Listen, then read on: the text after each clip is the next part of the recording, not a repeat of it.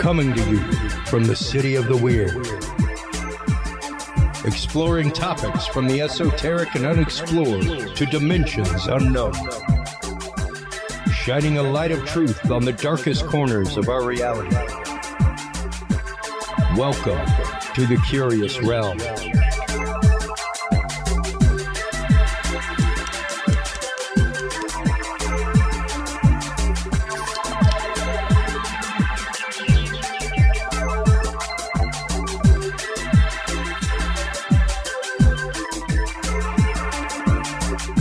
Well, hello everybody. How you doing this week? Chris Jordan here, coming at you. Well, now from Cedar Park, Texas.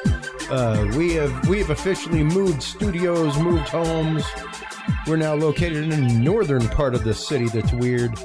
But yeah, welcome to the show, everybody. Episode 45. You know, it dawns on me as we come upon our 1-year anniversary as the incarnation of Curious Realm that we have covered a lot of ground. We have covered a lot of guests. We have talked everything from human trafficking in ancient civilizations to sponsoring events like the Remote Viewing Association, the Near-Death Studies Association, every Bigfoot event in the state of Texas, as well as the Texas UFO Con upcoming. Our first guest here in just a couple minutes will be the gentleman who is the organizer and founder of those events, the amazing Craig Woolheater, also founder of Crypto Mundo.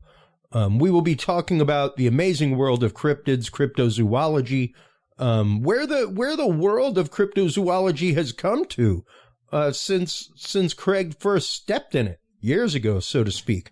And what brought him to start hosting events like the Texas Bigfoot Conference. So he's our first guest. After commercial break, we will be joined by our good friend, Daniel Allen Jones, who, of course, we will be getting some coverage with out at the Texas Bigfoot Convention this weekend. So it's going to be super fun. He is our guest in the second part during our pre-recorded guest segment, talking about the Haunted Hill House in Mineral Wells. He just had an opportunity to go and give a presentation there at a small paranormal conference, very intimate one, and spend the night at one of the most, they claim the most haunted location in Texas. It's been featured on Travel Channel, all kinds of things. So we will be talking about the history of Hill House, what his experience there was like, and what experiences of other people have been like, recorded paranormal experiences, things like that. So we will be getting into that and so much more after a commercial break. Before we get to our first guest, of course, let's head on over to our Facebook group and check out the news of the week. News of the week brought to you by Curious Realm and Facebook. Out of USA Today, man took magic mushrooms and then assaulted United flight attendants, authorities say. I thought that one was funny. Out of the Lower Colorado River Authority, a new 4-acre maze in the state of Texas is now officially the largest, arboretum or arbitrary maze, greenery maze. Out of Variety.com, Tom Cruise's space movie will make him the first, quote, civilian to do a spacewalk outside of the space station. So imagine that. Like, the man does do his own stunts. You got to give him that. And the fact that he is actively, going to go film at the International Space Station, but then also go out and do a spacewalk. That is some, here's to you, Mr. Cruise. Out of Gizmodo.com, video, China's gun-toting robot dog gets dropped off by a drone. That's some pretty wild technology. Also, out of Mashable is this video of an amazing gray ooze robot that is meant to go inside your body and grab foreign objects, things like that, and get them out and bring them back out. Out of NPR.org, she wrote a Bigfoot book for kids.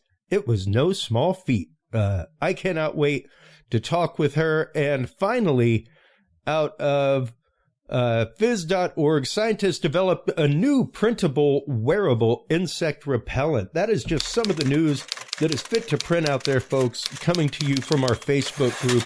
while you're on Facebook, make sure to stop on by the Texas Bigfoot Conference. That is the conference that is run by our good friend Craig Woolheater, our guest tonight. Of course, make sure to stop on by Curious Realm. CuriousRealm.com is where you can find all the episodes. That is where you can download the free app. That's where you can tune in live. That is where you can keep up with our events, and also where you can go and share your story. CuriousRealm.com/story. If you have a cryptid experience, if you have a paranormal experience, if you're a targeted individual, feel free to come and share your story. We have an upload file there for any evidence that you may have, pictures, video, audio, all that good stuff. You can, of course, remain anonymous. So stop on by and check that out. CuriousRealm.com/story. Welcome back to the show, our good friend Craig Woolheater. How are you doing this evening, buddy? I'm doing pretty good. Chris, but I have two questions off the bat. Number one, in your intro, are you actually recording that in an echo chamber, or is that a digital effect? That is an analog effect. Unfortunately, I do not own an echo chamber yet. Note the word yet. Yes. I do have numerous analog effects, things like that over here, and that is what I used on that. So okay, number two, when you were talking about the weird news of the world and other places, I was waiting for you to tell the story that I posted a couple of days ago about, I believe it was in India, and the somebody had come up with the cure there for venomous snake bites to actually suck the venom out of the wound using a chicken's butt. I'm not lying. What? The guy went through about 74 chickens before he sucked all the poison out, and most of the chickens died. And in the article, Did the people also die? I don't know, but it said that they first were using pigeons, I think ducks and chickens. In the last one, now I can't even believe this. How you're gonna try and hold one of these still with its butt hole, basically. I don't know how your show is rated over the wound allowable. of the the venomous snake bite, but the last one was a weasel. A weasel. How would you wrangle a weasel? I mean, with one hand, you're going to have around its head to keep it from, eating you. Wow. And the tail with the other hand. But what about the four legs with the, sharp claws? What are you going to do about that? Wow. But I suggest you look into this, and maybe I've got it up on screen right now. Okay. I'd love to say that. Did you see the photograph? Did you see the photograph with the startled look on the chicken's face? The one that I have up is shows a chick. Let me scroll through. I don't see a picture of a chicken. Okay, in this well, one. Look on. Pull up my Facebook page, my personal page, real quick, and just scroll down. Okay. Because the one I have has it's a coiled up snake, and then it's got like a close up in front of the snake of the chicken, and it's just the chicken's head, and it looks like it may be cartooned, but it looks like the rubber chicken face, kind of making that face. Yeah. Which I can imagine if you were using a chicken's butthole to suck poison venom out of your wound. You feel free to post articles like that on the Curious Realm group. I guarantee you there will be conversation had over those, my friend. Well, okay. Well, you should make me an admin on there, and I will start sharing my news of the world. Yeah, right. I am trying to. Have you found it yet? I have not found it yet. Was it before the death of Junie Tenuta? Because that was my horrifying news of the week.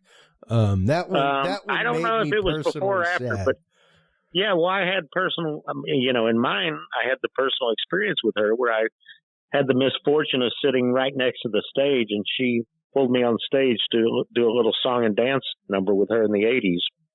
Yeah, you said that in your post, and I did find it. It was out of IFL Science, an old method of extracting snake venom with chicken anuses.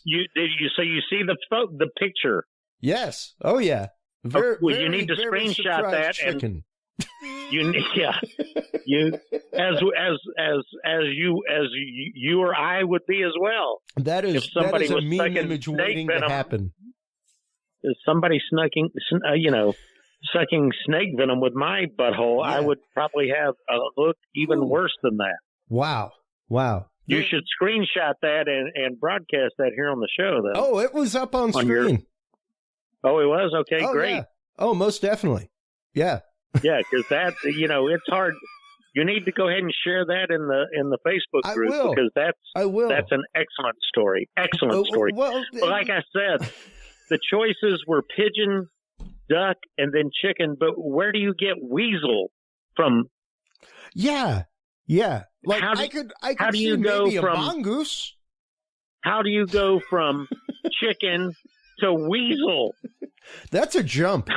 That's an actual species barrier, Yeah. I mean, they're talking birds at first, a pigeon, a duck, a chicken, and then weasel. Yeah. Well, welcome back to the show, Craig. I love our conversations, man. So, well, it is a curious realm, isn't it? It is. And there's all kinds of wild stuff out there. There really is. And that's half the reason that I post all those articles in that group is A, to spur conversation. B, to just show people look at the crazy world that we live in, man. Technology wise, everything within the last 2 years, scientists have created matter from light. That's 2 steps away from replicator. Give me a cappuccino, Yeah. That's pretty cool. But like I said, I don't see how you can top chicken butthole venom extractor. You can't. Unless you're talking Bigfoot. Well, I mean, an actual talking Bigfoot. Is that the next step? If you're out of weasels, to go ahead and grab a Bigfoot? Well, they're protected now, at least in one state. So, that's just about as a logical step as from chicken to weasel, weasel to Bigfoot. So. What was it that first brought you into the world of cryptozoology, man? Because it's an interesting place, and it's a very, very interesting community. I've had the great pleasure of visiting a lot of communities over the last year, and there really is nothing like the cryptid community. Well, I got interested as a kid. I was into weird shit, and cryptozoology falls under the heading of weird shit, I believe. Pretty well. And so I had I was into dinosaurs, as all kids back in the '60s were, but dinosaurs, and just into weird stuff, ghosts and UFOs and monsters. I read all those eerie and creepy and, all those, and movie monsters, all those things as a kid. And it gets my interest in cryptozoology itself got started with, a creature that was seen by hundreds of people, the summer of 1969 on the front page of the 4-Star Telegram. July 10th and July 11th, we're talking 10 days before man landed on the moon the first time. Wow. Or faked it in a movie studio, whatever your thought process is. Sure. But, that was the front page story in the Fort Worth paper about this creature, the Lake Worth monster. And, So my grandparents knew I was into weird stuff, so they saved those newspapers for me. They lived in Fort Worth. I lived in the Dallas area. And so I was fascinated with that and, found a book by a local lady about a month later that wrote a self-published book about it. And, then I got a copy of John Keel's book, Strange Creatures from Time and Space, about a year later with awesome Frank Frazetta artwork on the cover. And then a couple of years after that, I saw The Legend of Boggy Creek in the theaters when it, hit its nationally distributed run, in 1973. It came out. As a matter of fact, just 2 months ago was the actual 50th anniversary of the premiere. Yeah. In Texarkana, and then the next night in Shreveport, August, I think 16th and 17th or 17th and 18th of 72. So, it was just 2 months ago, the 50th anniversary of The Legend of Boggy Creek. Yep. And all those events combined to just set me on this path, of weirdness. Well, and, it's interesting because when I first learned of you was in the days of Crypto Mundo. I thought you were going to say when you were standing in line at the post office and you glanced over at the FBI's 10 Most Wanted poster on the wall in there. But it's, that was really, and I guess it was probably an episode of Coast to Coast AM, something like that, when I was first introduced to CryptoMundo.com. And it was the beginnings of the internet. It's nowhere near what the internet is now. I mean, the site premiered, I believe it was September 27th, 2005, that a post of mine about, the search for the ivory-billed woodpecker, which, there's different aspects of cryptozoology, animals that are ethno-known and not known to science, but, native populations know them, formerly extinct animals that are rediscovered, as well as, the big ones, Bigfoot, the Yeti, Loch Ness Monster, all those things. So there's, it's a study of hidden or unknown animals. And, some of those other things are lumped in with it, the reemergence of a previously extinct animal. I mean, Lauren Coleman's creature of choice for the International Cryptozoology Museum is the coelacanth, which was discovered 65 million years after it was thought to have been extinct. Yeah. So there's, many different aspects of cryptozoology. It's not all just Bigfoot and the Loch Ness Monster. Oh yeah, absolutely. And I mean, one of them that I'm bringing up right now is the deer that was found with flaps on its nose. Yeah, isn't that a muntjac or something like that? Yeah, it was Vietnamese. Yep. And the naturalists had been in the jungles for years, stuff like that, and locals talked about it, and they were like, okay, yeah, whatever.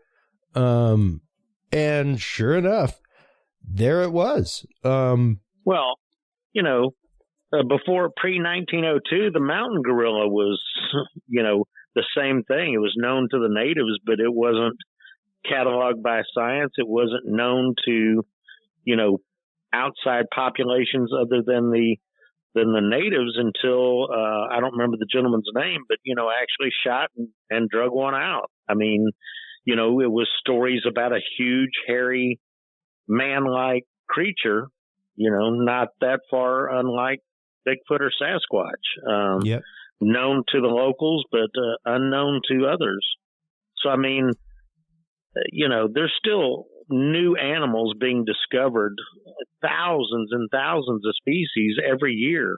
Now, the majority of them are fish, or reptiles or amphibians or insects, but every now and then, a good-sized mammal gets drug out into the light of day, and everybody is shocked that, because science is, pretty, they're pretty arrogant as far as, they know everything. Well, sure. And I mean, there have been more than 500 species in 2021, as a matter of fact. 500 species were discovered, including beetles and all kinds of stuff. But that is just the round number of what was found in 1 year. And that was still a pandemic year, Yeah. So no telling how many species got killed off by COVID that we didn't even get to discover before they were extinct. Oh, absolutely. And I'm saying that sarcastic. Well, sure. And even the fact that a recent fossil find is possibly what they might think is like the Loch Ness monster, a long-necked reptile that lived in freshwater. That's absolutely new. Here in the last year, we have had the discovery of Dragon Man, which was, just talking about Bigfoot type of stuff. That was literally a human that was 7+ feet tall. Yeah. With the cranial size about twice the size of a normal person. So, like, these things existed. Yep. At one point. And, we've had the conversation on the show. We've had the conversation privately. To me, it's, especially whenever you're talking about indigenous populations around the world, many of whom their histories are oral and fairly well unbroken, that they still talk about them. And some of the American tribes talk about Sasquatch like they trade with them, they leave things for them. Sasquatch leaves things for them, all kinds of stuff. Right. You're correct, sir. So, what was it that made you want to start actively doing events? Because events isn't really something that everybody necessarily excels at. You do a fantastic job, by the way. Thank you, sir. I have yet to not enjoy one of your events.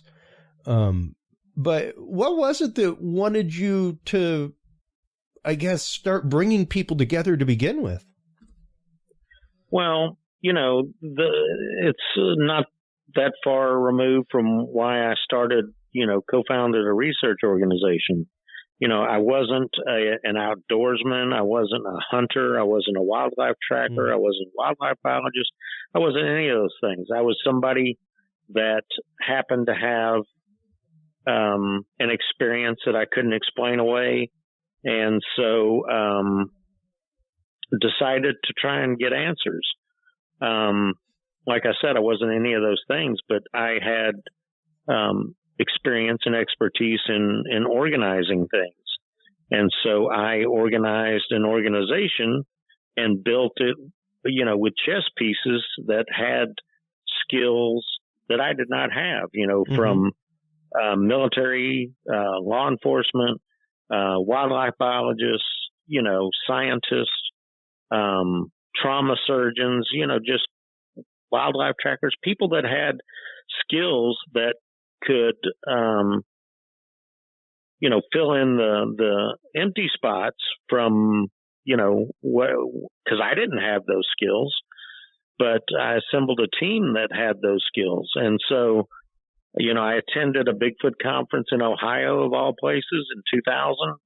And, I was very fresh, getting into the Bigfoot world, very fresh and telling about my experience. And I felt accepted and welcomed. And, I thought, there's nothing like this going on in Texas. I bet that I could do this. I bet I could put on a conference. And so I, started planning. And after attending the first one, it was in April of 2000.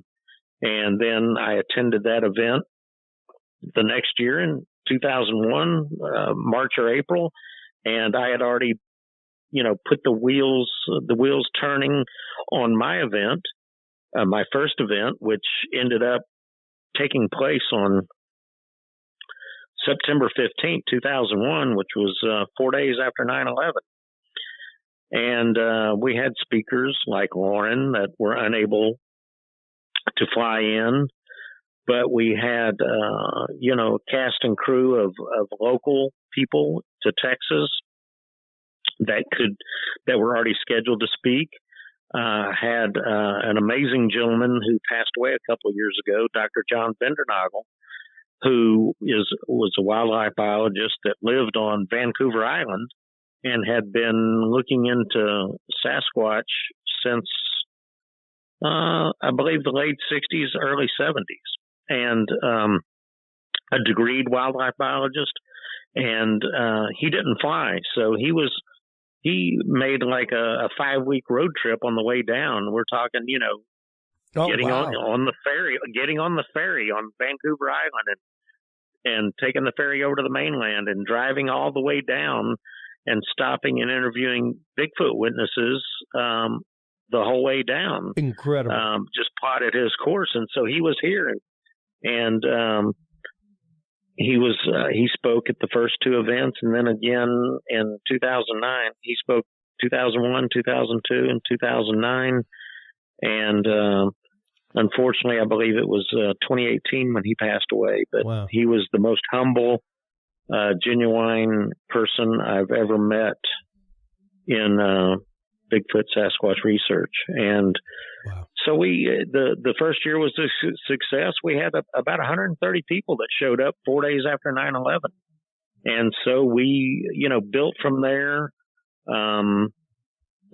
co-curated a couple of museum exhibits, including one with the University of Texas that I co-curated that our organization participated with at the University of Texas, San Antonio. One of their campuses is a museum that was built for the 1968 World's Fair, the Institute of Texan Cultures, and we did a 2,000 square foot Bigfoot exhibit that was titled Bigfoot in Texas ?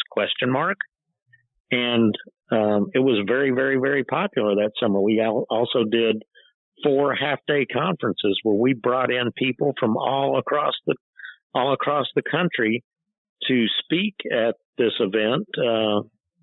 From Lauren Coleman to Jeff Meldrum to Jimmy Chilcutt to we brought Peter Byrne in. Was kind of a homecoming for him because his Tom Slick, a Texan who had funded the expeditions that Peter Byrne first did in the Himalayas in Nepal looking for the Yeti. Tom Slick brought him over to the Pacific Northwest to lead those expeditions in the late 60s, the early 60s. He was in Nepal in the late 50s looking for the Yeti. And we had at that event, which was really cool, Tom Slick's niece had written a biography of Tom Slick, and she did a book signing there. So we were able to put them, her and Peter Byrne, back together after many, many years. And like I said, it was very successful. So the conference last year was the 20th anniversary event. So I guess this year is the 21st annual event. So, it's still going strong. Attendance is down this year. We've got tickets available. If people are listening to this and interested in it, they can find the information on Facebook. You probably linked stuff. Oh, yeah. And there are still tickets available. We've got a great lineup. We've got a great event planned as always, with some cool information to be distributed. Chester Moore is bringing a young boy in a disadvantaged boy that we put together a package for him to be able. He dreams about Bigfoot. He's going to come and we're going to present him with a bunch of Bigfoot related gifts, and he's going to be there for the conference. And that's just one of the things that Chester Moore does with his, he's got several organizations, Higher Calling and the ones where I forget how many kids that they've gifted. My memory, it doesn't serve me right at the moment to remember what that's called, but it's similar to the other organizations that take kids to Disneyland. Chester does wildlife events with these kids that have lost a parent or have a terminal illness or such, and so he's going to be bringing this young boy and treating him to the conference, and Chester will probably talk a little bit about what he does. So there's going to be all kinds of cool stuff. There's Lyle Blackburn, a perennial at the conference. Yep. My best friend just wrote a book that I should have written years ago, but I'm a procrastinator and he's not. So he wrote the Texas Bigfoot book, but I did write the foreword for it. So you did. He's going to be signing it. He's going to be signing and selling those. So, if you're real nice and maybe slip me a $5 or so, I'll sign your copy of it as well if you buy one, since I wrote the foreword. Okay. But yeah. So there's going to be all kinds of cool stuff going on. We got catered dinners. We got special presentations. We got, just all kinds of cool stuff going on. Yeah, it is going to be a fantastic day of event, fantastic evening beforehand. And the gatherings, the side gatherings that happen afterward are always fantastic. Once again, an amazing community of people that you've really helped bring together to know that. And there as someone who works in the event industry, it's not often outside of maybe a corporate event that you have a 20th anniversary, right. Like even Lollapalooza didn't last for 20 years. I blame that on Perry Farrell. I blame that on a lot of people. But yeah, to know that you have been fostering this community and bringing it together, researcher to individual, for 20 years is absolutely amazing. And kudos to you, Craig, for doing so. Well, thank you, sir. I enjoy doing it. I enjoy putting on an event that people have a good time. You can't just have it like a scientific university lecture, because that's not going to draw a lot of interest. Just like, Finding Bigfoot and Expedition Bigfoot aren't necessarily, what Bigfoot research is really like, because if the TV shows would never exist if it was about real Bigfoot research, because there'd be a bunch of people sitting around, with audio gear listening for stuff to happen, with nothing happening, because the majority of it's not. So, you gotta spice it up. You have to put in, you have to tell, have some eyewitness accounts in there, because people, and it's in October, people want to hear scary stories, and they want to hear the eyewitness accounts. They want to, see people that's seen on TV and stuff like that. Oh, sure, you can't just have a very dry, scientific lecture. Oh yeah. And it's not going to appeal to the general public. Yeah, and I'm a huge, as you can probably tell over my shoulder here, folks, I'm a big comic book fan, things like that, and been to Comic-Cons and pop culture conventions for years and years.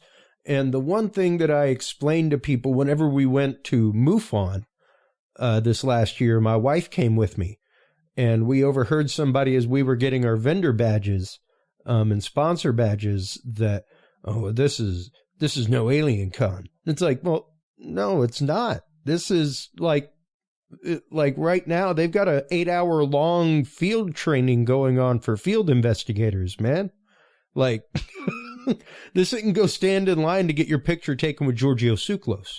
No offense to Giorgio Tsoukalos. Amazing researcher, absolutely has turned a lot of spotlight to a field of research, most definitely.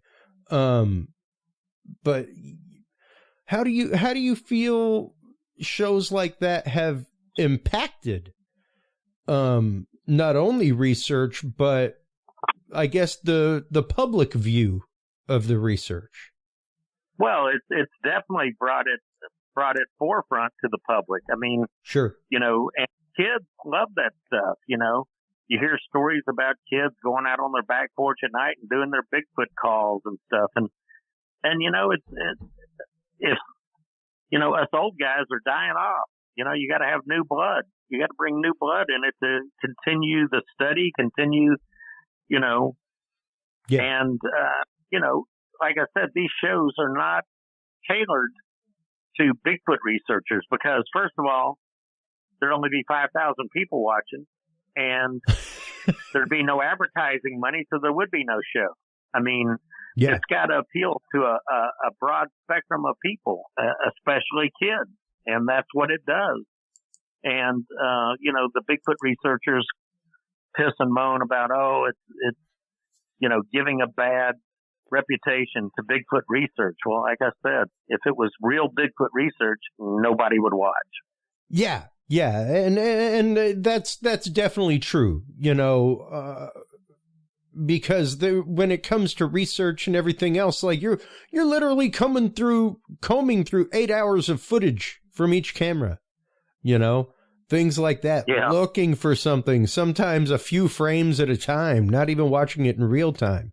You know, watching it slightly slower. So, the down fingers in the dirt research is, you're right. It's, I mean, for nerds like me, it's sexy. But for the average viewer, no, not at all. Right. You know, for someone like me, I could sit back and watch a channel all day long about how to patch synthesizers together. Things like that. 3 minutes in, my wife's eyes would glaze over. Right. You know? So you've got to make it engaging. And yes, I think that these shows have definitely, if anything, your Ancient Aliens, Expedition Bigfoot, Paranormal Files, what have you, they have definitely turned a light toward people's awareness of the topic and to possibly not ridiculing so outright. So I think if anything, it's opened that channel of understanding with their fellow person who, whenever they bring it up, it's like, oh, you're a crazy bird. Right. Which is an important thing. You know, we have to make sure that we as people are open-minded enough to hear somebody's story, hear somebody's account, whether that involves Bigfoot coming out of a portal or Bigfoot coming and stealing the hot dogs from their picnic table at night, you know? Sure. Because until we find out everything, you should try to throw everything at the wall and see what sticks. You know? Yeah. I think that's kind of the brave Magellan style of science is to, and granted, you know, I'm not saying go out and start building nuclear reactors in your garages, folks. Don't just throw it all to the wind. But when it comes to research, things like that, like even there are quite a few like nature grants, things like that, and researchers who have turned to Bigfoot hunting communities because of their number of trail cams that they have out in places that they aren't going, you know, stuff like that. So it's been interesting to see that cooperation between the scientific community and the Bigfooting and Sasquatching community over the last few years. I agree. You know, there's you know, like you said, it's got to be engaging to the general public. Yeah. It's got to be engaging to children because, you know, when all the old parts die off, you know, who's gonna continue on? Well, and you know, that is more important than a lot of people may realize. Actually, Craig, going around to a lot of these conferences, not just the conferences you have put on and other folks like the Southeast Texas Bigfoot. But going to the Remote Viewing Association, going to the Near Death Studies Conference, and a couple of others, the people that run these things, the people that are in charge of them, are literally just under the first rung of people doing the research. So they're getting on up in years. And when you look around the room, there aren't a whole lot of like early mid-30 folks bopping around.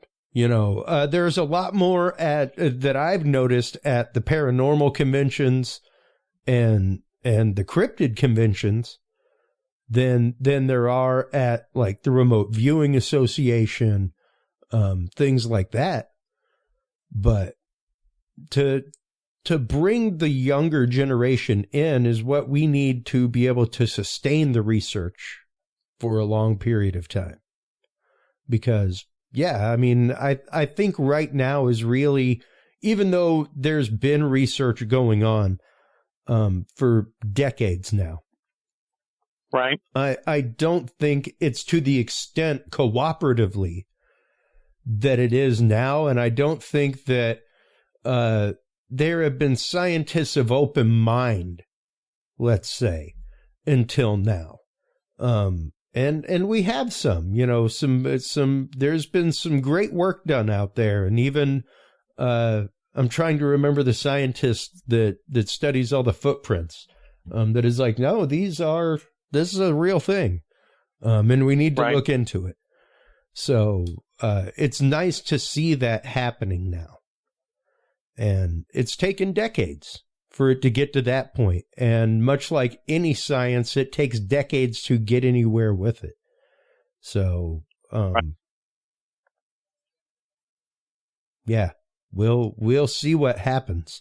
I am excited for the future and where we're going with things, where even technology is bringing us, even drone technology, things like that, because once again, most of those sightings, at least here in North America, there's quite a few in the big thicket region, things like that here, but the majority of them hover up around that big, dark, deep spot that you look at in a night map of the United States, Sure.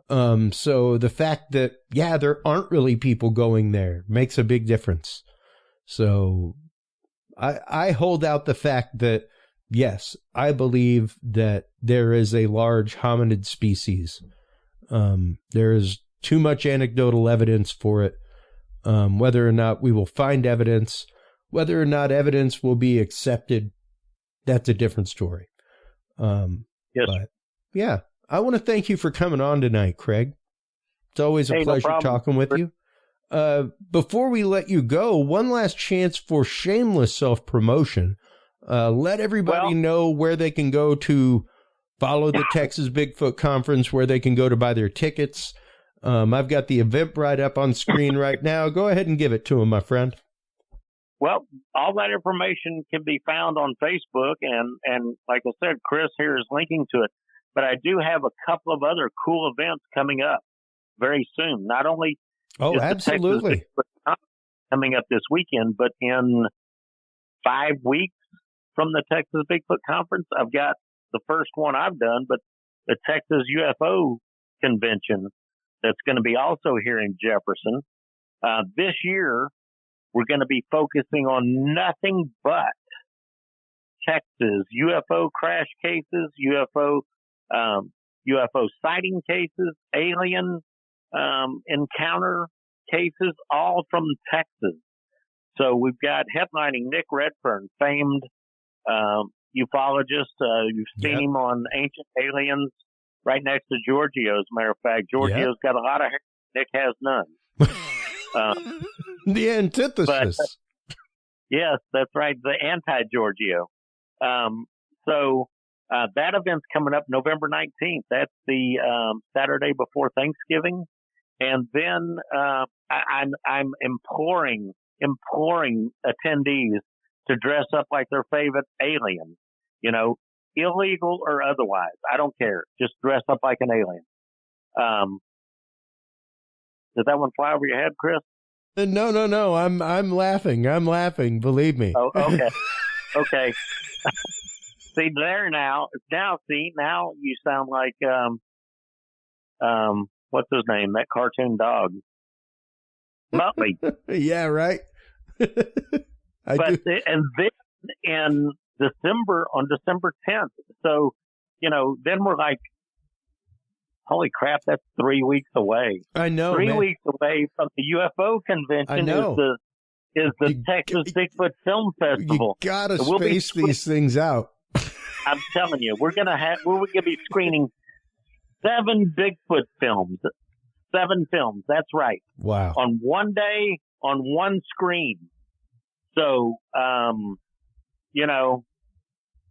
everything from G-rated to the adult portion, maybe even bordering on NC-17.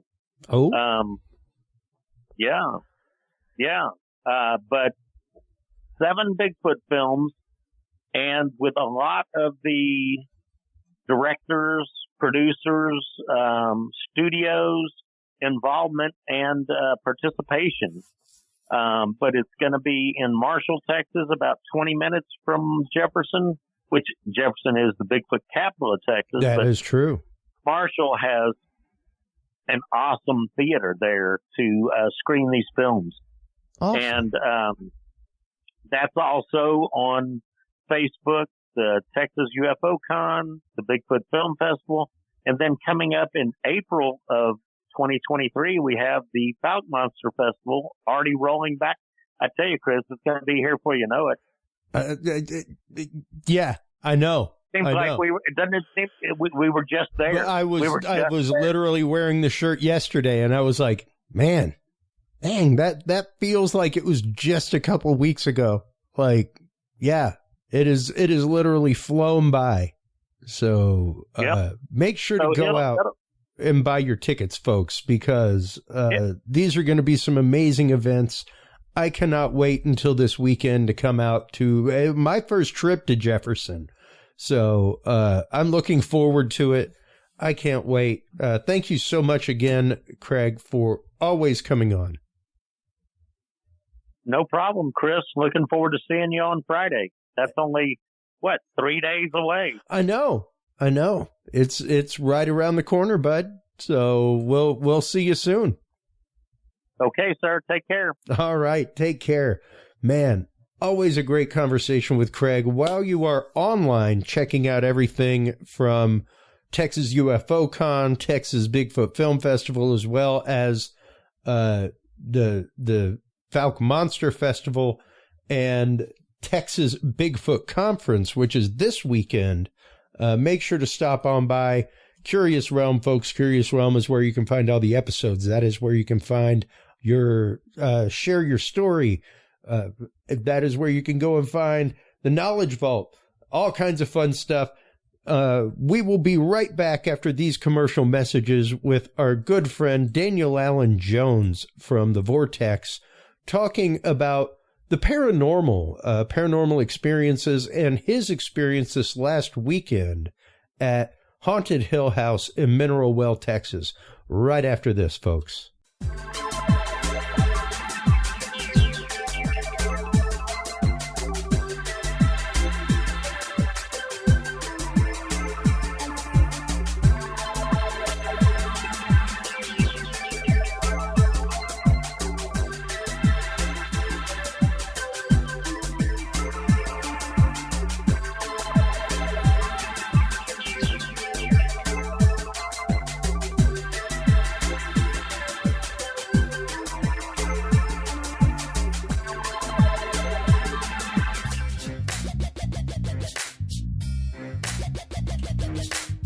With the rise in attention to the health benefits of cannabis and cannabinoids, including CBD, True Hemp Science has become one of the premier providers of full-spectrum CBD and CBD-related products. Using a proprietary spagyric process, True Hemp Science extracts maximum benefit from the whole hemp plant. Buds, leaves, stems, seeds, even roots. every part of the plant is used and then reused to formulate a rich, complex profile of CBD, CBD derivatives, and terpenes guaranteed to provide the relief and benefits you need daily. Visit TrueHempScience.com to experience the best CBD oils, edibles, and topicals on the market today. And use code CURIOUS7 to save 7% off your entire purchase of $50 or more and get 2 25 milligram CBD cookies or brownies free. That website again is TrueHempScience.com and the code is CURIOUS7.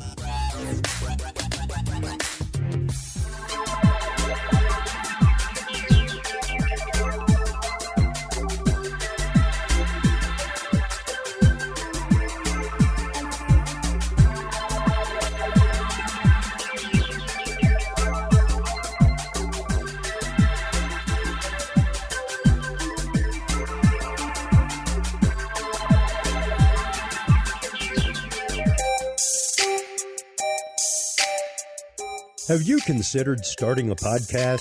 Looking for a way to make your business a voice of authority in an industry? Then Podcast Cadet is the solution for you. Whether starting a podcast for yourself, your brand, business, school, church, or just plain fun, Podcast Cadet is here to help you navigate the waters of the podcast industry. Specializing in one-on-one consultation and training with industry professionals in fields ranging from podcast technology and editing to distribution, monetization, and even social media strategies. Podcast Cadet tailors their services to the specific needs of you and your podcast. Do you already have a podcast and trying to find ways to engage and grow your audience? Sign up for your Podcast Cadet audit today and let us help you explore new and exciting ways to leverage your content and elevate your podcast brand to whole new levels. From consultational workshops to affordable podcast production and maintenance packages, Podcast Cadet is your one-stop shop for everything podcast related on the internet. Visit podcastcadet.com today to sign up for your consultation or training and use code CURIOUS20 to save 20% off your entire purchase. That website again is podcastcadet.com.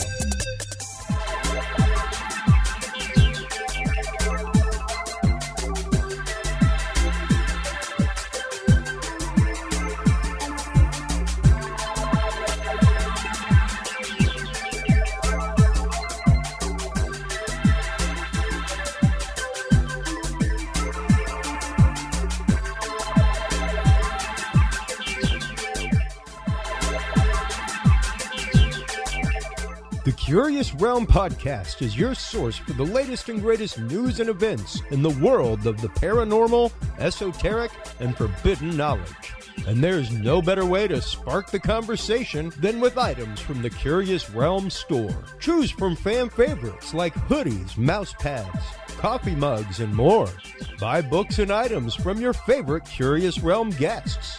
Get your hands on the latest gear for paranormal investigations and experiments we discuss on the show. Open your web browser and stop on by the Curious Realm store at curiousrealm.com/store to buy the latest Curious Realm wear and out-of-this-world gifts for yourself, your family, or a mind that you want to open. That website again is curiousrealm.com/store. Hello, everybody, and welcome back from our commercial break. Thank you so much to our amazing sponsors, especially our sponsor and guest, Dr. Kimberly McGeorge from The Secret of Everything. She is your number one source for alternative health, healing, and consciousness exercises. Stop on by and check her out. She actually did an aura reading on me before her first appearance a couple years ago. And, man, I'm here to tell you, it was probably the most accurate, reading I've ever had as far as just a cold reading being done. So stop on by, check her out, support her at thesecretofeverything.com. Also, of course, thank you to our streaming hosts, WebWorks Wireless. They are your source for high-speed internet for all no data caps, no throttling, and no credit checks. I'm here to tell you folks, I put up about 20 gigs a month through WebWorks Wireless, and I have yet to have a problem. I have been benchmarking them across the country as I do live events. And speaking of live events, our good friend from the Texas Bigfoot Film, or I guess the Texas Bigfoot Roadshow, Falcon Monster Festival, all kinds of stuff. Our good friend Daniel Allen Jones is joining us. Welcome, Daniel. How are you doing today? Hey, Chris. Doing all right. It's good to be back here with you and everyone tuning in. It's always a good time. Things have just been a whirlwind lately and have been at a few events here and there over the last several weeks, but I'm trying to get caught up on sharing about some of those things. And so I just recently got back from a pretty interesting actual paranormal type of event, which is kind of something I haven't been a lot involved with, but I thought it'd be cool to kind of mix things up. Yeah. Right. So it actually was a bit of a crossover and had a really great time here at this place called the Haunted Hill House, which we can get into a little bit too. But yeah, as you mentioned, the Texas Bigfoot Conference that's coming up, and I'm really looking forward to that. So we've got quite a few things we can kind of get into this evening. Well, let's definitely get into the Hill House real quick, because not a lot of people are familiar with that. Not a lot of people are familiar with the property. And the fact that it's even there, whenever I saw that you were doing a presentation, I was a little disappointed. That was over the time that we were moving and everything else, so I didn't get to make it up. But how did that go? Tell us a little bit about the property, the history, and the mystery behind the place. Sure. So it's got a lot of strange history to it, and apparently there's a lot of active energy and in the area regarding some kind of paranormal phenomena, and a lot of unexplained things have happened when people go and do these investigations, as many shows have gone and actually tried to capture some evidence of. And so it's been featured on a number of different television shows and paranormal shows, things like this. But the Haunted Hill House itself has really been it's in Mineral Wells. It's been sort of a place where a lot of strange things have occurred since about the 50s, where it had connections with the Baker Hotel, and a lot of the people who were involved were doing some underground work and kind of shady business with a brothel, and a lot of the ladies that stayed there were not in the best condition, and they were not treated very well, and a lot of them ended up having kids that were taken or had some really traumatic things going on. So that plays a big part into the history, the apparent activity that people describe. And so this house has two stories. I've got a downstairs and an upstairs, and I'd say probably some weird crawl spaces, attics, and maybe even underground tunnels. It seems to connect in some way, maybe even to the Baker Motel. So I first really heard about it, I guess, a few years back, and it's been featured through media and things, but I hadn't really ever been and really kept up too much with it. And As I mentioned, I am interested in the unexplained and paranormal things, and I have a lot of friends who are into paranormal investigations, and I think it's all very fascinating, but it's probably one of those areas I haven't done a whole lot of field work in and field investigations in. So I figured not only would it be really cool to finally get a chance to come out to a really historic type of place, but a few friends of mine have been involved with this location for a number of years. And this would be Teal Gray and Martha Hazard Decker and a number of other people who have gone and written about the history and been a part of this whole place for a while and bringing teams in. So the owners and caretakers are some of the ones who basically invite people, let people rent it out, and basically have them come and see what they can experience over the night. And so throughout the 50s and kind of coming up to the modern era, it had a lot of traumatic events. It seems to be inhabited by the spirits of the ladies and maybe some of their children, and possibly even more than just deceased people. Some seem to think that maybe there are entities there as well that are not human, and that it could actually have what some people say is demonic presence. So pretty creepy stuff going on. A lot of strange activity in history, a lot of historic and antique objects, artifacts, things like that they've collected to kind of bring in. And I think that adds a little bit of concentration to the energy there. So Sure. pretty bizarre type of setting, but all of the different rooms in the Haunted Hill House have a different theme. And so people can come in and choose to stay in different rooms. Oh, wow. You've got all kinds of places to go in and kind of check out and look at, but each room has a camera set up, and in one of the areas they go in and you can kind of monitor what's going on, see if you can watch your teammates or see the activity happening. And Yeah. there are many dolls. There are dolls, like antique dolls, all over the house. And it's very decorative. It looks really cool, pretty creepy, but some of these dolls are historic, and have some kind of, attachments or have done something like levitate. And some of them, they leave notes and little, bits of information next to some of these artifacts. And there's a lot of trauma there with some of the people who have lived there or experienced something with their child being taken. And so the people who ran the business weren't really very good to these ladies, and they would take their children and sell them off or do something to them. And who knows really what's going on there. But apparently you can tell there's a lot of really challenging issues happening that really get imprinted into that location. So when people go in, they sense out these things. There are a number of different ways and methods that people try to find, evidence or try to get an impression about what they feel, what they're tuning into, and, the sensations they get.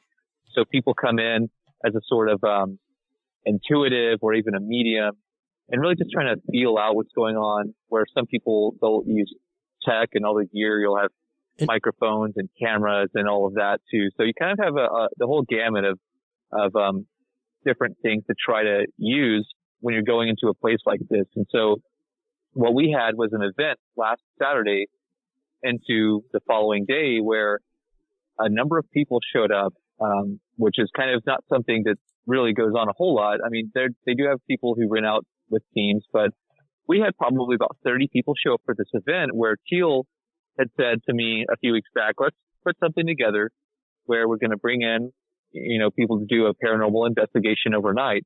But not only that, the owners are really interested in doing something with UFOs as well, because they've had some interesting sightings, because it's connected to a property there, which is part of this place, East Mountain. And they have a lot of different interesting lore and history there. A lot of UFO sightings, apparently. And again, this is in Mineral Wells, Texas. Yep. So this place with East Mountain is interesting because there's this whole treasure story of hidden treasure that has tried to be found, over the years. And so there's always some kind of strange connections between something like hidden treasure and strange activity and UFOs.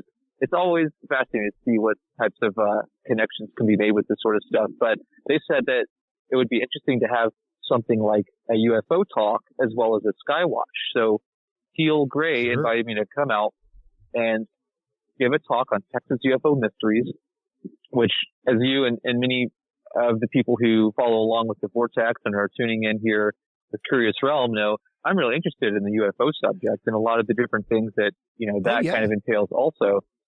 So, talking about UFOs is really cool. And we got to do that for the very first time, as well as the Skywatch. And so some of the other people came out and kind of implemented some different methods of trying to initiate contact.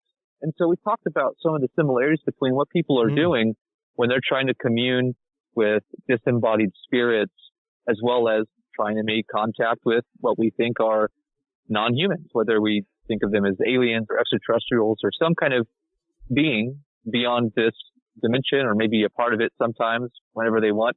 And how maybe we can try to establish contact through different things. There's a lot of crossover between what people in the paranormal circle are doing, and then also in sort of ufology as well. So we did that for the first time. Wow. And that's awesome. And, it's interesting because when I went to the Institute for Near-Death Studies the International Association of Near-Death Studies conference. It was being co-sponsored by Robert Bigelow and his, I guess it was, I'm trying to remember what it was, specifically the BICS.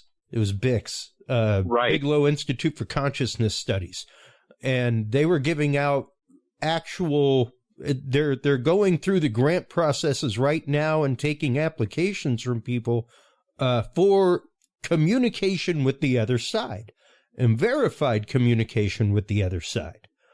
In more than one location, in more than one instance, specifically when Robert Bigelow owned Skinwalker Ranch, they had numerous stories of portals appearing, things coming through them, all kinds of stuff. So when you're talking about certain locations, even somewhere like Haunted Hill House, you know, I am a huge believer in the magical concept of the egregore, and that is something that is created by a mass consciousness.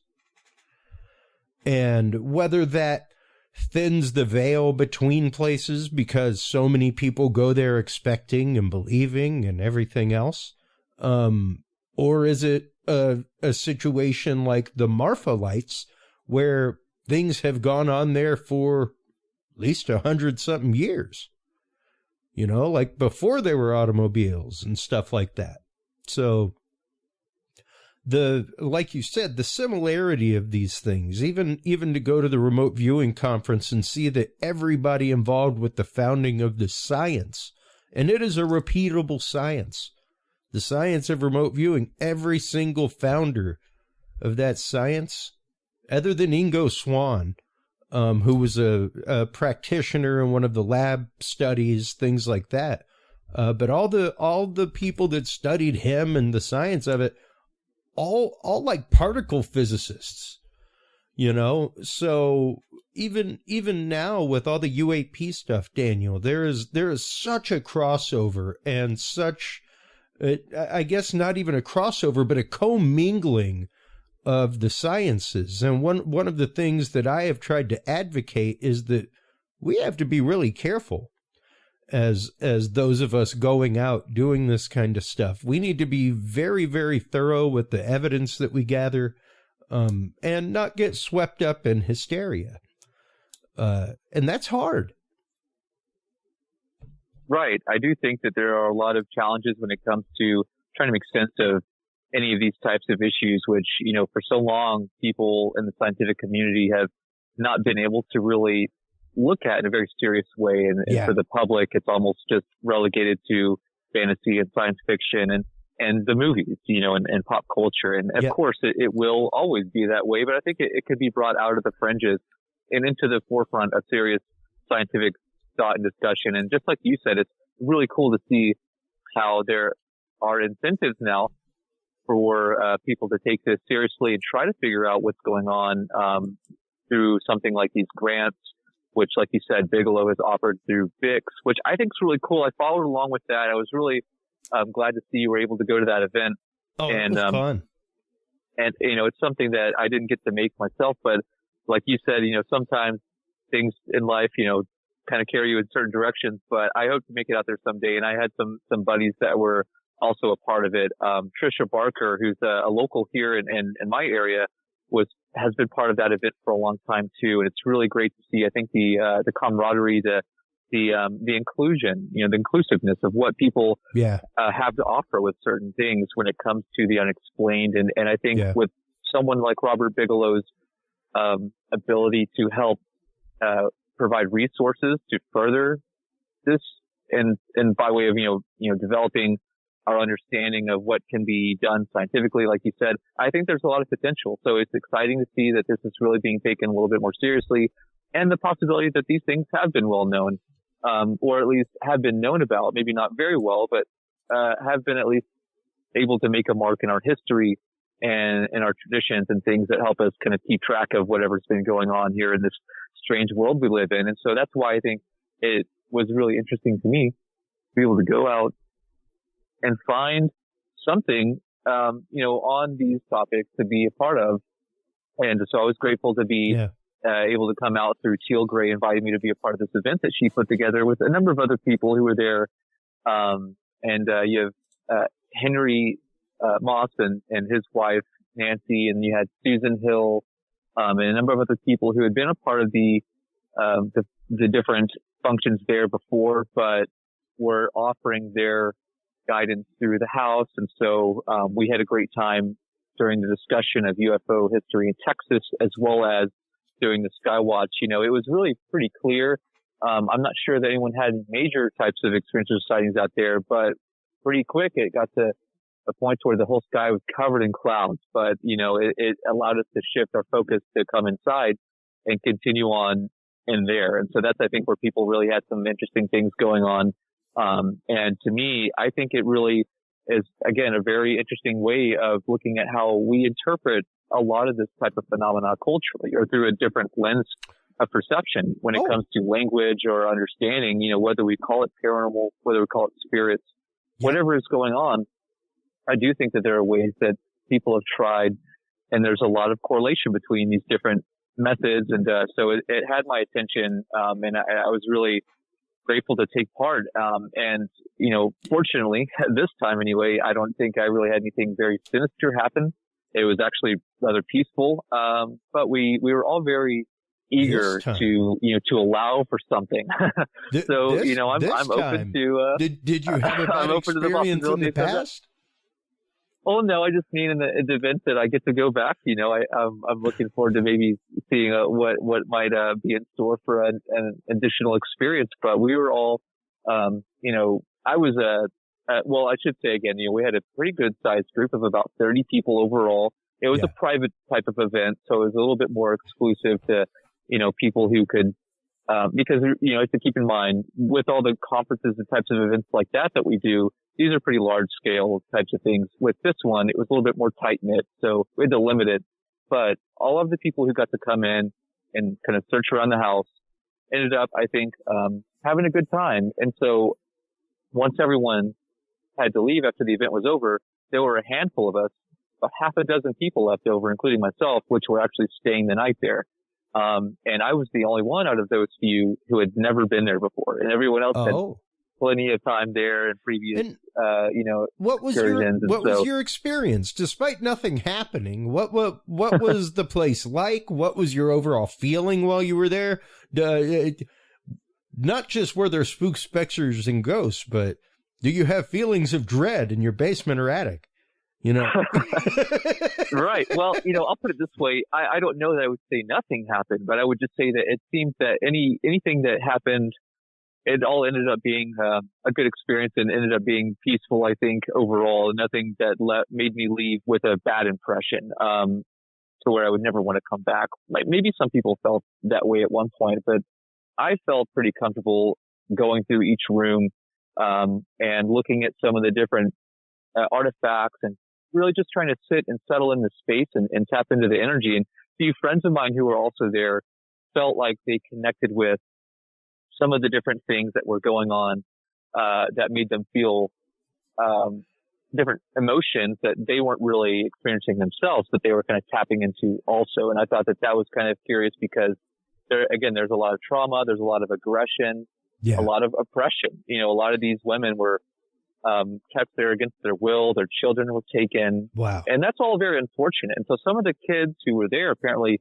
sort of have lingering energy, sometimes playful, and sometimes the sinister energy seems to be indicative of something a little bit more nefarious. So that was curious to me, because I was interested in the history. And so talking to Teal and Martha, these are people who have kind of researched this for a long time, and they described that not only are the children active and playful, a little bit nicer in nature, according to some of the other, experiences people have, but the more sinister things that have happened, which are things along the lines of people having objects thrown at them, people being drug off beds, things like this, that really seems to fall more into an issue dealing with some of the sinister energies, possibly even the demonic presence that's there. And I find this interesting because they said that there's a demonic entity they refer to as Toby, at first I thought this was a little comical considering, you know, of all the demon names and all the different, you know, forms of literature out there and histories, that Toby the demon was the the one who's inhabiting Hill House. But it was sort of a, you know, a modernized handle for who they refer to as Asmodeus. And I thought this was really interesting because they were talking about how Toby is a pretty dark spirit and does some pretty harsh things, and people will leave with scratches and rashes and feeling burned or something. And so it's not always very nice. So I'm just fortunate that we walked away relatively unscathed. So there's that. But, you know, they talked about each room with a different theme has had a history of things happening. And so some of these rooms where some of the ladies would be trapped in would say the spiritual energy of this room does not favor men. It does not like masculine presence. So that would be a room where I don't mind kind of looking around, but I probably wouldn't want to stay in for too long. So I, you know, got to kind of look at some of the things and go through and say, all right, I'll continue on, not trying to rile things up, but let's respect what is here, you know, and just keep that in mind. So that is an absolute truth, you know, even going into it. Once again, I used to do some paranormal investigation back in the day, and it's hard to go into a location where you know that there has been activity or that you've heard that there's been activity as a blank slate. You know, it's almost going into court having heard about the case. And it can be really hard to stay objective whenever you start gathering photographs and videos and audio and stuff like that. So, but to know that the instances at Hill House have been happening for how long overall? Well, it seems like a lot of the women that were part of this brothel and their children being taken, this all seems to have been going on at least as far back as the 50s, and possibly even way earlier than that with some of the connections, because at least it is known that it connects with the Baker Hotel and all of this stuff, maybe even with an underground tunnel. But a lot of the illegal activities that might have been going on could have stemmed from other more nefarious things as far as, you know, again, just people knowing the area had sort of this weird East Mountain with the treasure and, you know, keeping things under wraps as far as the locations and using it as a safe house to, you know, kind of be off the radar from any legal business. And I think that that's where a lot of the more sinister activity, not even just spiritually or however you might think, just sort of in dealing with what people come there to do, you know, or used to, right? So being that has such a residual effect, it might have an imprint on the feeling that people go in regardless of the spirits. You're just in a place that is old. It's very antique. It has a lot of, restoration over the years, but there are still parts of it that are from the original build, the framework and things that, you know, really add to the history of the overall, location. But one of the things that caught my attention was that you have these different themed rooms. You have the axe room, which is where apparently there's some really traumatic things going on with, this idea that people had, unfortunately had this guy who came and was not a very nice guy, but basically would carelessly do away with people and became sort of it seems like a murderer and sought out his time there and used things like, saws and really gory stuff. So that's a big imprint on the trauma, I think, experience. There was a tub where someone had committed suicide. One of the ladies, unfortunately, just couldn't handle it and decided to, set her own departure off. And, so some of these things are a very traumatic part of a location. There's also this carousel room where some of the children would go, and they say that if you stay in there, that sometimes people describe waking up with children jumping on the bed, in a playful, I guess, way, but they have dolls all around, hanging dolls, up and just everywhere. And so, little crawl spaces and attic ways that children were locked in. And so we went around and I mentioned earlier, sometimes people try to use different types of, gear and tech and stuff. So we went around and sensed what we could kind of naturally, but also I was going around, capturing as much as I could with video. And then also we used a parabolic mic. We had a ghost box going off. Some people were using some apps to try to see if anything would come through.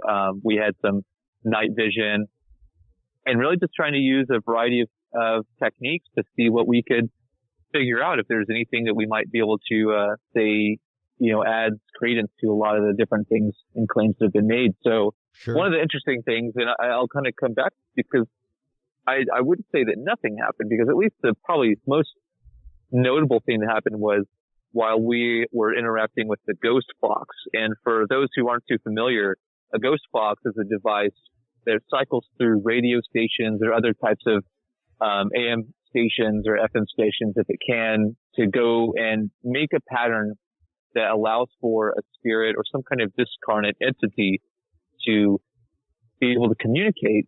And we technically shouldn't be able to have something that you would hear talk through it. Like if you got to a radio station, it'll almost so quickly be onto the next station that you wouldn't really hear a full sentence. Yeah.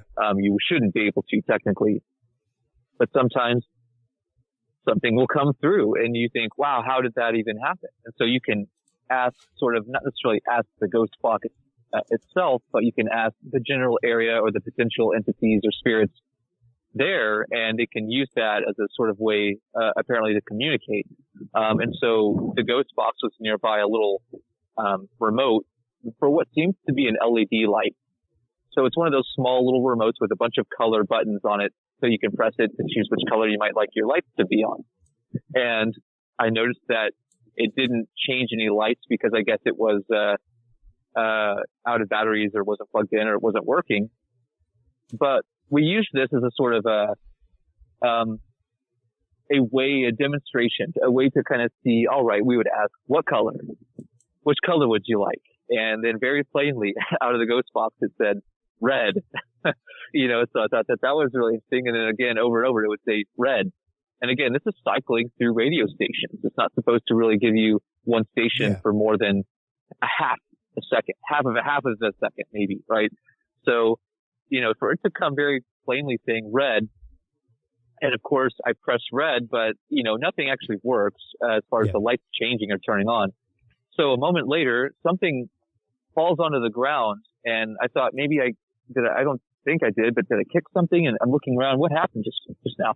And another guy who was in the room next to us peeks out from the entryway. He says, did you just throw something? Did you guys throw something? And we were all standing there just thinking, no, like we thought maybe that came from your side. And they said, no, it turned out to be batteries. So whether they fell on there somehow or they were thrown by something, I just think it was interesting because I didn't consider this until later that remote wasn't working. And maybe they thought, it needs batteries, you idiot. Yeah. So maybe they threw the batteries at us to try to actually get it to work. I don't know, but having the ghost box is always kind of fun. And then the apps where people can try to ask questions and allow it to communicate as well. Parabolic mics are interesting because of, as you know, dealing with audio equipment, it picks up very sensitive, low levels of audio. And so it's something that helps out to hear some of the subtle sounds. So sometimes people you can hear the subtle conversations or voices. Yeah. When you're really tuned into the parabolic microphones. Night vision, obviously, you can kind of see things that you wouldn't normally get to, especially if you're in the darkness. And so at the times when it was just a few of us left after everyone had already gone after the event, we were in total darkness. All the lights were off in the whole building, and we were just kind of sitting in different sections. And they told me, well, since I'm the only one who hasn't been there before, it's sort of a rite of passage at the Haunted Hill House to go and sit in what they call the portal. The portal is a small closet crawl space under the stairway that has a chair with a strange doll behind it that had a note on it, with two mirrors on each side of the wall of the crawl space on your right and your left of the chair. So it's a little disorienting. And so I decided to muster up the courage and go in there. And sit in there for a few minutes and in front of that doll, because the chair's facing the doorway which you came in. It's a very small, tight, confined space. So anyone who's claustrophobic probably wouldn't like being in there, but it is one of those things where you wonder, what is this portal doing? Is this what the entities are coming from? And is this something that has already been here, or was it brought here? Did someone try to open something up? And so a lot of strange things with what's going on in that house, but we had a pretty good time overall. I don't think anyone felt like they had anything very traumatic happen. We did have that set of batteries thrown onto the ground, which was interesting.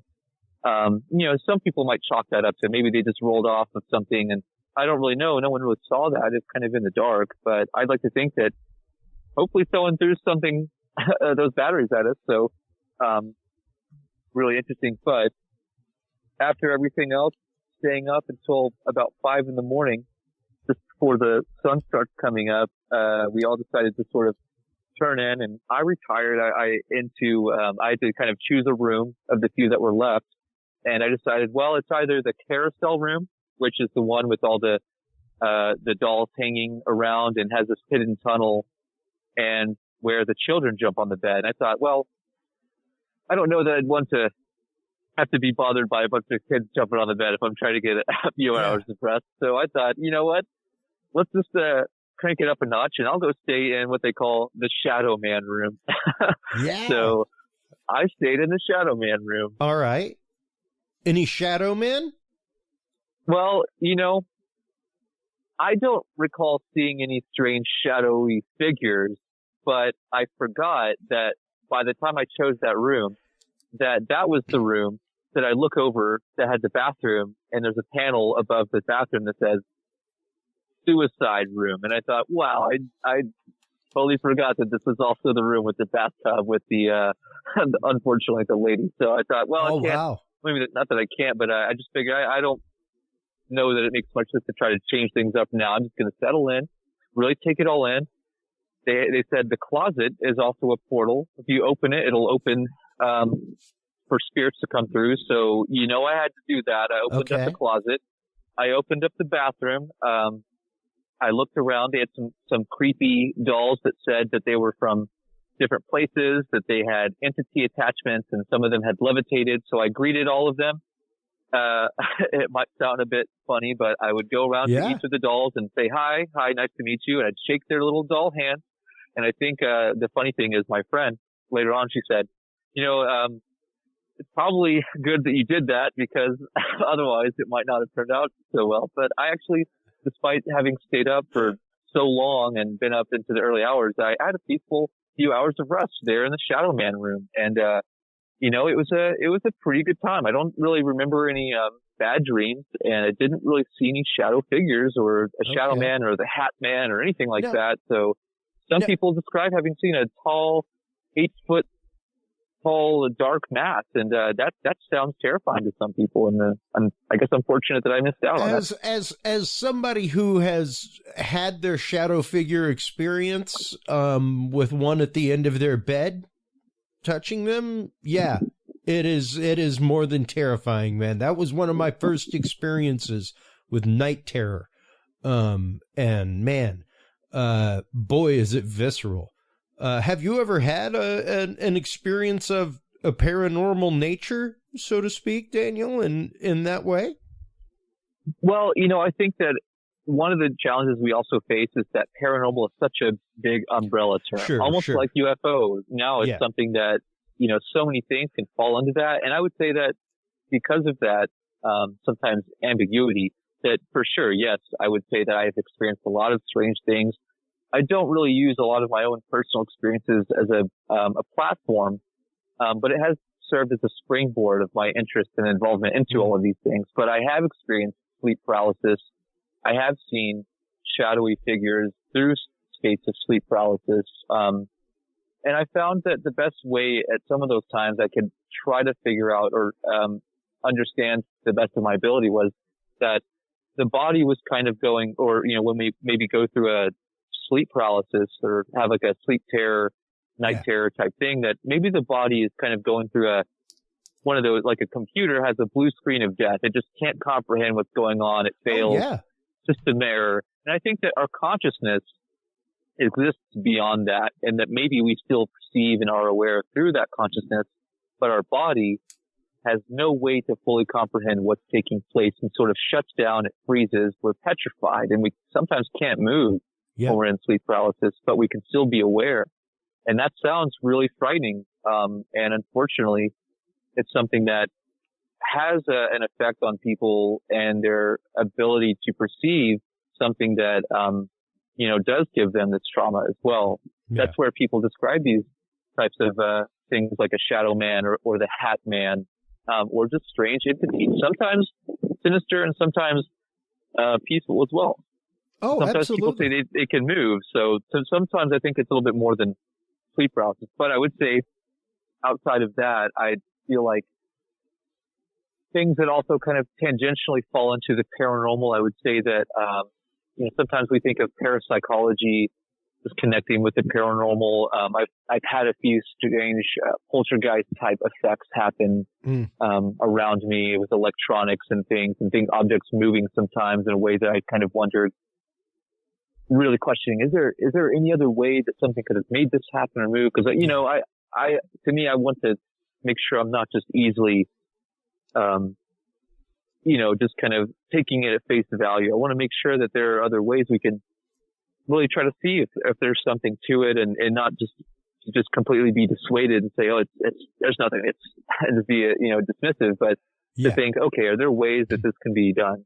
So I try to be open-minded, but I try to have a healthy degree of skepticism, but not be disregarding or just blatantly disbelieving just because of whatever. So I think that some of those types of things and having these types of interactions and experiences, when I was younger, helped to open me up to the possibility that maybe there is a lot of crossover. Maybe there are some connections between these people describing entities from other worlds or other dimensions or communing with the spirits of those who have passed or spirits who don't seem to be regular types of people and have some kind of special qualities and, from different realms. And I think that makes us wonder about all the different ways, the modalities of contact that we can have through UFO type experiences, through paranormal experiences and near-death experiences or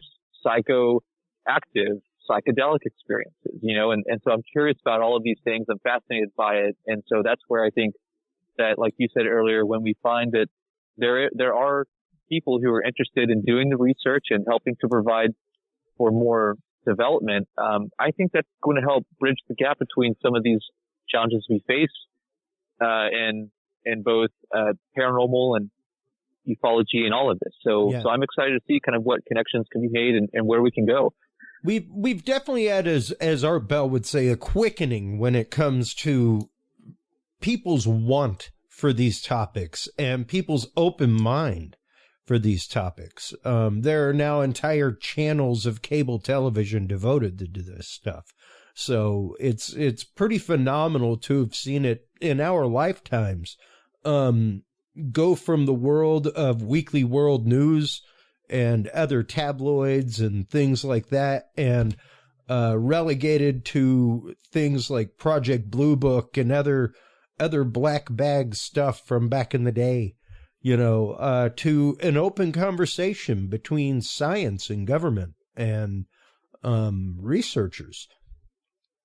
It's been pretty incredible to see that come about over the last few years. So I am utterly thrilled with what's going on, but at the same time, I'm wary.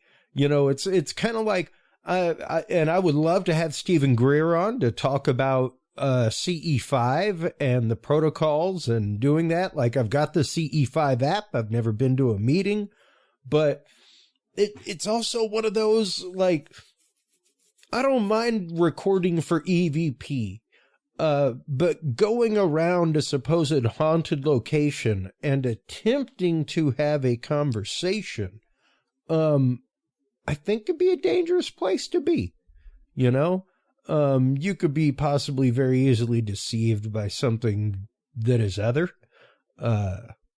all kinds of stuff. So I don't know. Where do you fall in the communication with the other side? Are you a passive or an active? Well, I think that it's one of those things where I'm really interested in the ways in which we can establish a consistent interface, because it seems like that's a big challenge across the board, whether it's paranormal, whether it's what some, like you mentioned, Greer's CE5, and we did bring this up during our Skywatch, and kind of the mix of that with what others refer to as heights, human-initiated contact with extraterrestrials. And I think that it's, again, what CE5 implies, close encounters of the fifth kind. We talked about the Hynek scale. You know, Dr. J. Allen Hynek, the civilian astronomer who worked with, as you mentioned, Project Blue Book, was someone who came up with this scale to describe close encounters. Sometimes people just see an object in the sky. Sometimes it comes down. Sometimes they see a being or an occupant in relation to it. Sometimes that object or that being affects that person. So CE5 was added because most people know the movie Close Encounters of the Third Kind. Well, there's also a really strange and intriguing movie called The Fourth Kind, which kind of implies that, the CE4.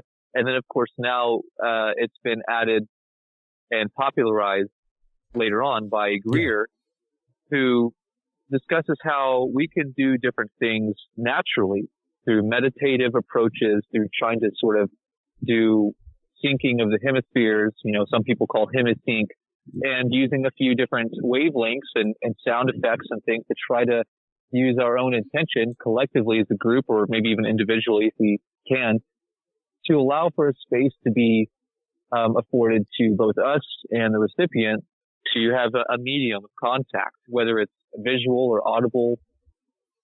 That to me is so interesting, just to see the correlations between that and what people are doing in the paranormal community by way of investigating these locations with supposed haunted activity or just any type of paranormal activity, because they're using similar techniques, maybe not exactly the same, but they're trying to establish something consistent. And that's the challenge, is sometimes we get one thing one time, and we might be at a place several times, and it might only happen once or maybe never, or maybe a handful of times, or some people describe it happens all the time. So I think that there are certain things that we can try to do to help strengthen that consistency of contact or communication. If we are going to try to do it actively, if we're going out of our way to initiate that, as Heist suggests, human initiated, CE5 is where humans are going out of their way. It's not where something just inadvertently happens to humans. It's not where we're just, oh, look, there's something up there. You know, we're trying to call them down. We're trying to bring them into the space. We're trying to see if we can establish a medium through which we can all commune with something beyond. That sounds just like what a lot of paranormal investigators try to conjure up in these types of haunted locations. And I think that there could be some relation and connections. You know, if we connect the dots, maybe there's something that we've kind of overlooked, and that these communities do have a lot of crossover in what they're doing by using techniques. So, and as I've mentioned before in some of the past shows we've done, I'm really interested in a lot of this by way of cultural anthropology and by studying many of these different communities to see what types of things they do, not just to communicate, the types of tools they use, their approaches that they have, the practices, you know, their rites, all of these things, and to participate as one of them, you know, in many of these different groups to really get a better understanding. So to me, this is all part of that experience in my, you know, research into all of these things. And so, like I said earlier, I've focused a lot more on some of these other types of areas, ufology, cryptozoology, archaeology, and history. Consciousness to me has always been, you know, a fascinating topic, and how we understand different events. So to really dive into a location with some significantly historic paranormal activity and has been featured on a number of shows, I think having gone and spent the night over at Haunted Hill House was a pretty great experience. It was phenomenal, to say the least, and I'd love to go back and see if you know, anything else might come up. I once again love the shows that are out there, but have to call into question just what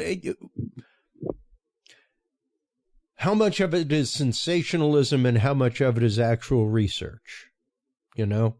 Absolutely. Because when it comes to the sensationalistic side, that is what actively detracts from real research going on.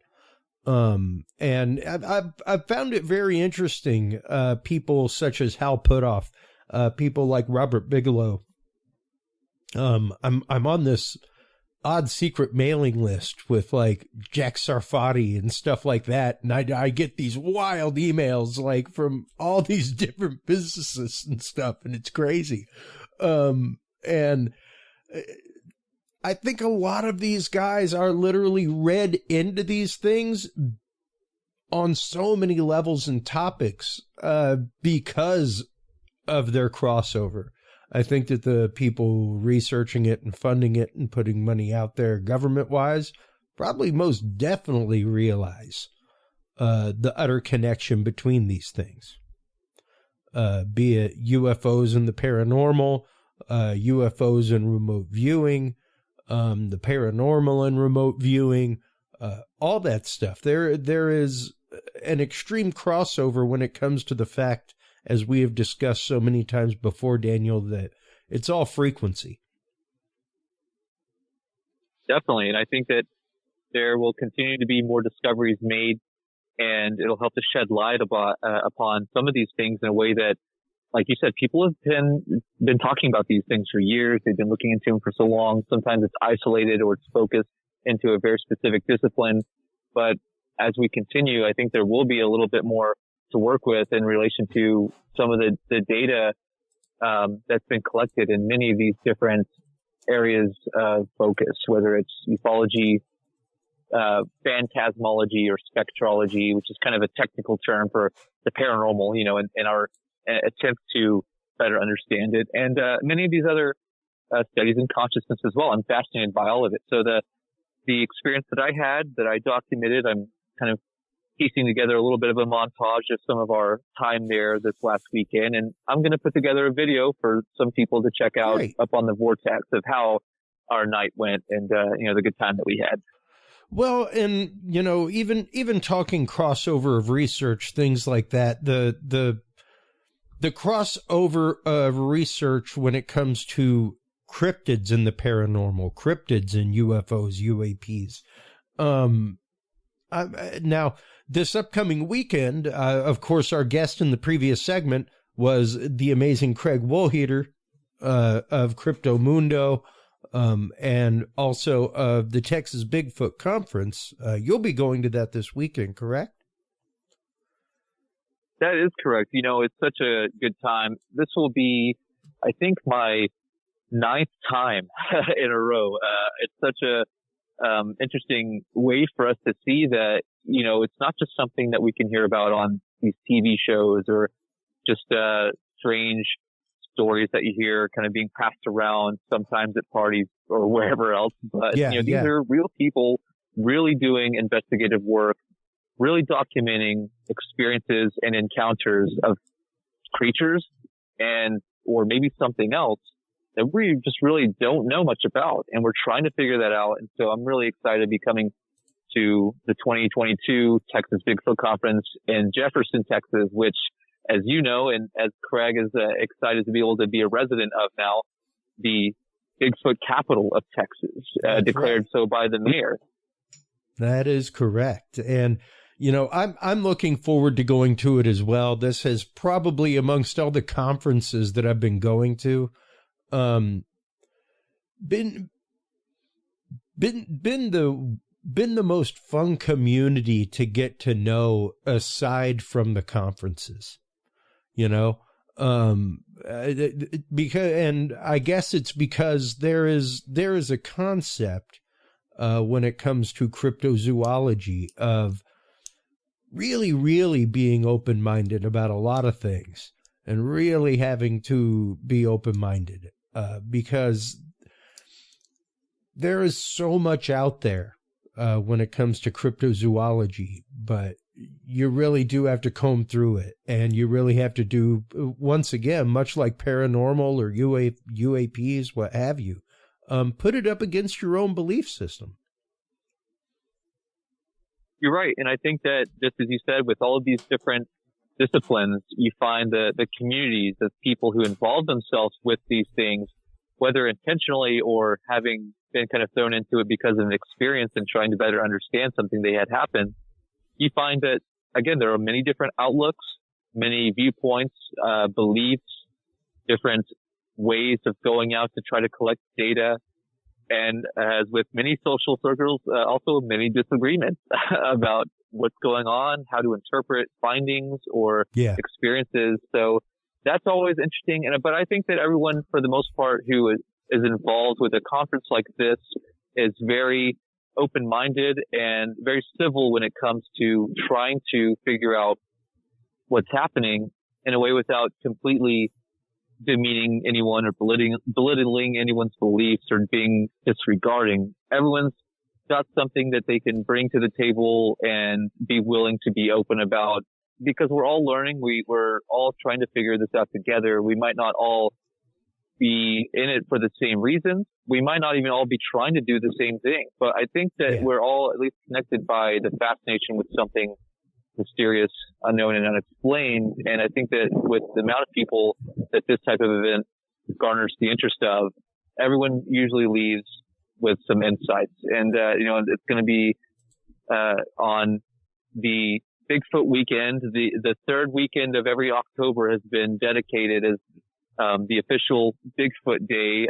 It's one of those things, again, that the mayor has declared. And I think just having a town even insinuate anything related to Bigfoot at all is fascinating, because most people just laugh it off. They think maybe Harry and the Hendersons, or they just think about the funny pictures that they see, or Jack Link's beef jerky commercials Don't or something. But right, and this pop culture has had a big part, I think, in raising awareness, ironically, to the reality that we don't really know everything that's out there, and it's become sort of a catch-all. Bigfoot. It's something that we use as a way to describe a possible creature that may still exist, or that might have been here the whole time, that has just sort of evaded our detection. And I like that idea, because it gives people sort of a fun, non-threatening. I mean, ironically, that the commercials depict, him doing violent things. It's like we kind of get this idea that it's fun, and to me, I think that it can be a lot of fun. And, there are a lot of things that we can challenge scientifically and really get into some deep stuff. But I think for the most part, everyone who goes to an event like this, you find a mixture of information and entertainment. And that's what you see on a lot of these shows, like you mentioned too.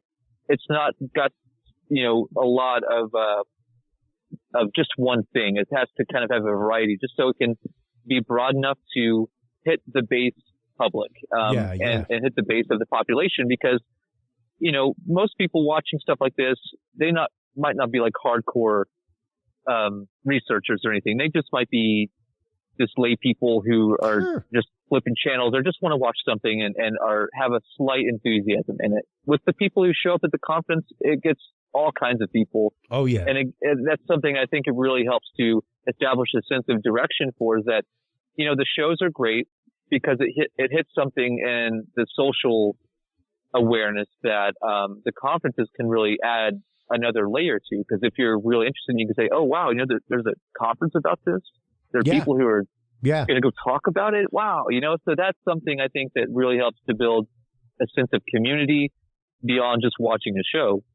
And I think that the Texas Bigfoot Conference, now being over 20 years old, has been one of the longest running Bigfoot and cryptozoology related events out there. And it's fun because a lot of people don't think that Bigfoot has anything to do with Texas, but it's and just like with UFOs, I think because of population density and all of this too. It's one of those states that has the highest amount of reported sightings. So we can only think about all the things that are never reported by people who, not because they don't just want to, or they don't feel comfortable, because they probably don't know how. So this also helps people to come out of the woodwork. They say, you know what? I haven't thought about this in years, but I also saw something. And so it lets people kind of have a supportive network of a community to share something which otherwise their friends and family or the closest people to them might not really, be willing to hear them out on. So I like that part of the community. It's always a wonderful experience. Well, Daniel, I want to thank you once again for always coming on the show. Let everybody know where they can go to follow the Vortex. I'm looking forward to seeing you this weekend. I can't wait. It's going to be super fun. So let everybody know where they can go to follow you, where they can go to keep up with the latest and greatest. Sure. Thanks, Chris. So I'll be at the conference. You can come see us all in person. Those events are always great to do that. But if you're not able to, I try to share what I can on the Vortex YouTube channel, as well as our social media connections. You know, you can go to Instagram, Twitter, Facebook. Those are the big ones. And you can also email me, DanielAllenJones@hotmail.com. I like to, you know, follow up with anyone who's interested if they want to share anything or just ask something that they have a question about. Let's continue the discussion there. And, you know, I'm honored to be, returning once again on Curious Realm. It's always a wonderful show. So I'm glad to be here with you. And I really appreciate this opportunity, Chris. So thanks so much. Man, you're always welcome on this show. I love our conversations both on and off air. Like I said, I cannot wait. I'm a little upset that I have to rush out after it's done because the post-conference conversation is my favorite. It's just so great with this community, and I'm so sad that I'm going to miss it. So thank you once again for coming on. I look forward to seeing you this weekend, and